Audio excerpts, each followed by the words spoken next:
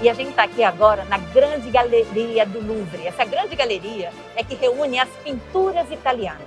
E no meio dessas pinturas italianas, nós vamos falar daquele pintor que revolucionou e revoluciona ainda o mundo da pintura. Esse grande artista, o mais visitado do mundo, que é Leonardo da Vinci. Leonardo, ele não faz muitos quadros, tá? Que a história saiba, ele só fez 15 quadros. E desses 15 quadros, 5 estão no Louvre. E quem foi esse Leonardo? Leonardo foi um gênio. Ele não era só pintor, não. Leonardo, ele foi inventor, ele foi poeta, ele foi cantor, Ele foi o que mais ajudou na anatomia, ele foi engenheiro, ele foi arquiteto, ele foi tudo, um gênio. Ele era muito mais avançado do que o tempo dele. Ele nasce na Toscana, que é uma região da Itália. Ele é um filho bastardo, quer dizer, os pais deles não eram casados, O pai dele, que era o dono da propriedade, com o avô, vai ter um filho com ele, com uma servente do avô dele. E como ele é filho bastardo, ele não tem muita vez. Então ele não pode ir para a escola, ele não vai estudar o grego, o latim, ele não estuda. Como ele não estuda, o que ele vai fazer? Ele vai usar a observação dele. Ele vai observar a natureza. Ele se torna um artista de espírito. Ele observa tudo e ele é apaixonado pela pintura. E tudo que ele observa e tudo que ele estuda é para colocar dentro da pintura. Por exemplo, ele vai estudar anatomia humana, porque ele quer saber como tudo funciona no nosso corpo, para poder expressar da melhor maneira possível com o pincel dele. Como ele vai fazer com a árvore também. Ele quer saber qual é aquele líquido que corre dentro da árvore, a seiva. Por que a folha é verde? Qual é esse processo da fotossíntese? Tudo ele quer estudar para melhorar e botar essa expressão na pintura.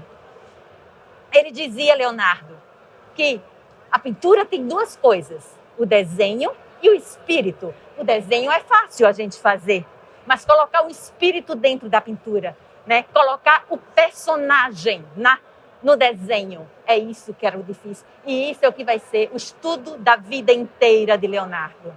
Ele estuda muito, como eu disse, muito. Ele primeiro fica em Florença, que ele já vai adulto também para Florença, que aí quando ele começa a estudar, depois ele vai se mudar, ele vai para Milão, ele vai ter um outro mecena. O que é mecena? Mecena eram aqueles ricaços, aqueles grandes burgueses, aqueles grandes ricaços mesmo, que sustentavam esses artistas. Davam dinheiro para eles, produzirem para eles. E quando ele está lá, em Milão, ele vai receber encomendas, lógico, de Ludovic Lemort, que é esse mecena, esse que sustenta ele, E que vai pedir tanto para ele pintar a amante dele, que é aquele dali, que é La Bella Ferronier, que a gente pode chamar ela também de Lucrécia, e esse aqui, que é a Virgem nos Rochedos. Essa Virgem nos Rochedos, que está com um anjo aqui, e está Jesus e São João Batista. Está vendo a Virgem nos Rochedos? Linda, para ficar onde? Em uma igreja. Ele demora muito a entregar. Esse quadro. Por quê? Porque ele estava sempre na procura da perfeição. Ele queria que tudo fosse perfeito. Mas uma coisa que eu quero que vocês olhem são os personagens de Leonardo. Olha o rosto de Nossa Senhora que está ali. Esse narizinho fino. Vocês estão vendo? Olha o rosto desse anjinho que está aqui também. O mesmo narizinho fino. É o que a gente vai ver também ali em São João Batista. E o que a gente vai ver em Mona Lisa. O pintor pinta o que ele imagina. Pinta ele mesmo, quer dizer, o que ele está imaginando na cabeça. Só pinta um retrato. quando é uma encomenda, como essa daqui, foi uma encomenda de Ludovic Lemort, que é Lucrécia, amante dele, aqui é o retrato dela. Que ele coloca também 3 quartos, quer dizer, ela não está nem de frente, nem de perfil, ela está como a Mona Lisa está também, em 3 quartos, né? Vocês estão vendo que tem um parapeito, quer dizer que tem uma madeirinha ali que separa a gente dela. Mas ela tem ainda esse quase sorriso insinuado, que isso é bem da obra de Leonardo, onde a gente vai ver isso no rosto de todos os personagens dele, quando é ele que cria o personagem. Em Santana, em Maria, da Virgem nos Rochedos, em São João Batista e, lógico, na Mona Lisa.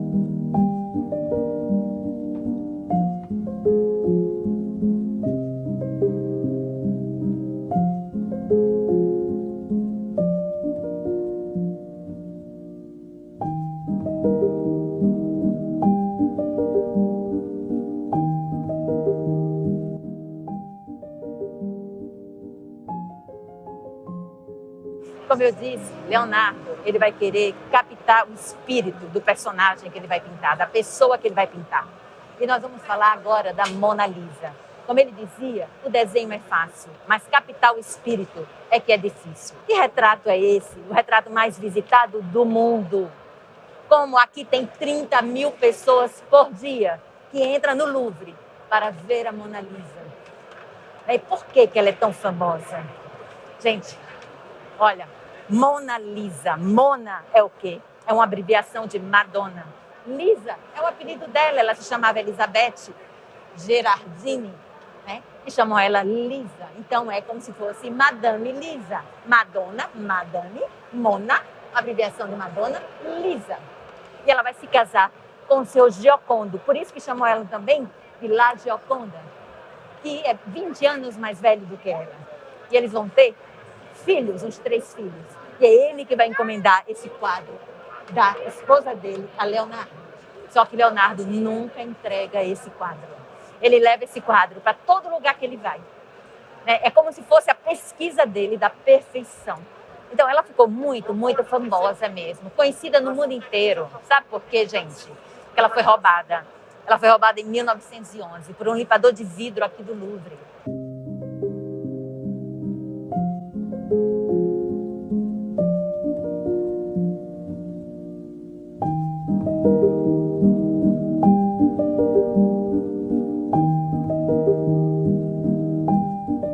Leonardo vai colocar ela sentada também em 3 quartos. Ela não está nem de perfil e nem de frente.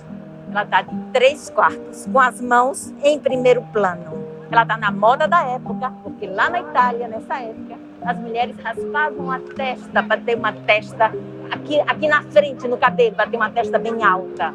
Elas raspavam, ela está na moda da época e ela está usando um véuzinho transparente, fino, preto, em cima da cabeça. Porque as mulheres, quando tinham filhos também, nessa época na Itália, usavam esse véuzinho transparente preto. E ela está dividindo essa paisagem bem no meio. No nosso lado direito, que é o esquerdo dela, tem um riachinho ali com uma ponte. Quer dizer muita coisa, gente, isso. Tá? Pode ser o tempo que passa, né? Pode ser a mudança da vida para a morte. Do nosso lado direito, né? Do esquerdo, desculpe, que é o direito dela, tem um caminho. Caminho é sabedoria, quando a gente vê em um quadro, né? É também o tempo que passa. Tem muita simbologia aí.